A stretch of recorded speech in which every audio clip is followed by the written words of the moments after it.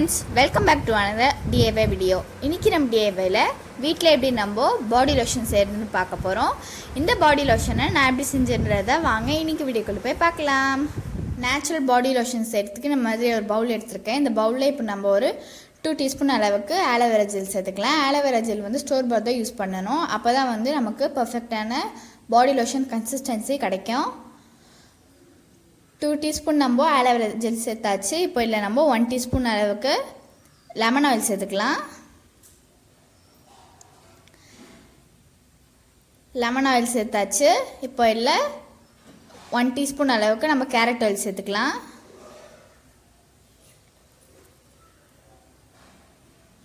Carrot ஆயிலும் சேர்த்துக்கலாம்.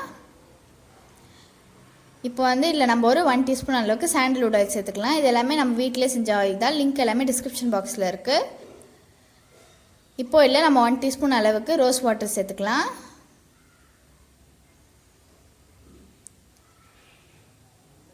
Rose water சேர்த்துட்டு நம்ம நல்லா மிக்ஸ் பண்ணிக்கலாம். இது நம்ம நல்லா பீட் பண்ணிகிட்டே இருக்கணும். பீட் பண்ணுறப்போ தான் வந்து நமக்கு அந்த லோஷன் கன்சிஸ்டன்சி கிடைக்கும். நம்ம வந்து கைவிடாமல் ஒரு 1 மினிட்டுக்கு நல்லா பீட் பண்ணிகிட்டே இருக்கலாம்.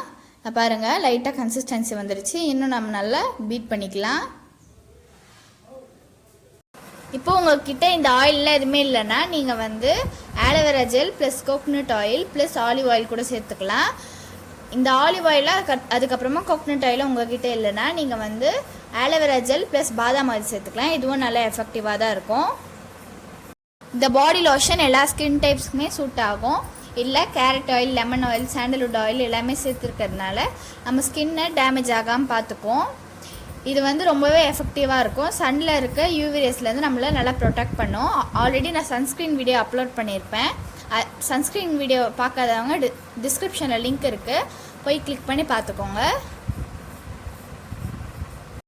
இந்த க்ரீமை நம்ம மேக்கப் போடுறதுக்கு முன்னாடி அப்ளை பண்ணோன்னா நம்ம மேக்கப் வந்து லாங் லாஸ்டிங்காக இருக்கும்.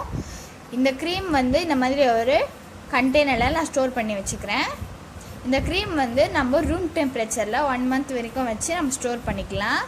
இனிமேல் நம்ம வந்து வெளியில் விலை ரொம்ப அதிகமாக இருக்க விலையில் பாடி லோஷன்லாம் வாங்கவே தேவையில்லை. இனிமேல் வீட்டிலே நம்ம சுலபமாக செஞ்சு யூஸ் பண்ணிக்கலாம். இந்த பாடி லோஷனை நீங்களும் உங்கள் வீட்டில் ட்ரை பண்ணி பாருங்கள். உங்களுக்கு இந்த வீடியோ பிடிச்சிருந்தா உங்களோட ஃப்ரெண்ட்ஸ் அண்ட் ஃபேமிலிக்கு ஷேர் பண்ணிவிடுங்க. இன்னொரு DIY வீடியோவில் சந்திப்போம். பாய்.